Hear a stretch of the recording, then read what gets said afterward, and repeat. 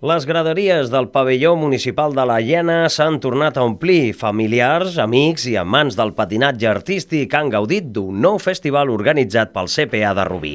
Emoció a les graderies i demostració sobre el parquet de mesos de preparació. Fins a 120 patinadors i patinadores han posat en escena el seu nivell i control d'una modalitat esportiva molt vistosa. Hay mucha gente, muy animada y va a ser una tarde bien chula de patinaje. Por mi parte y por parte de la Junta entera hay que dar las gracias a ellos, porque sin ellos no sería posible, claro, es imposible. Y también quiero dar las gracias al resto de padres que han colaborado, que han sido muchos, el equipo de maquilladoras y peinadoras que también son nuevas este año y se han implicado a tope también. Gracias a todos podemos hacer algo así, si no, no sería posible.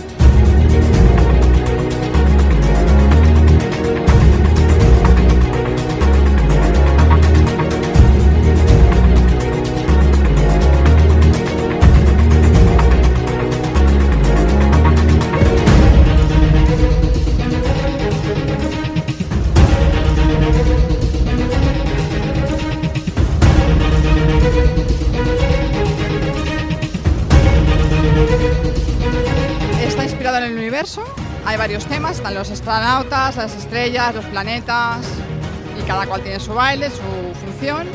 Después hay unos individuales, europeos, catalanes, será un poquito de todo, vienen incluso invitados de fuera, también con su propio baile.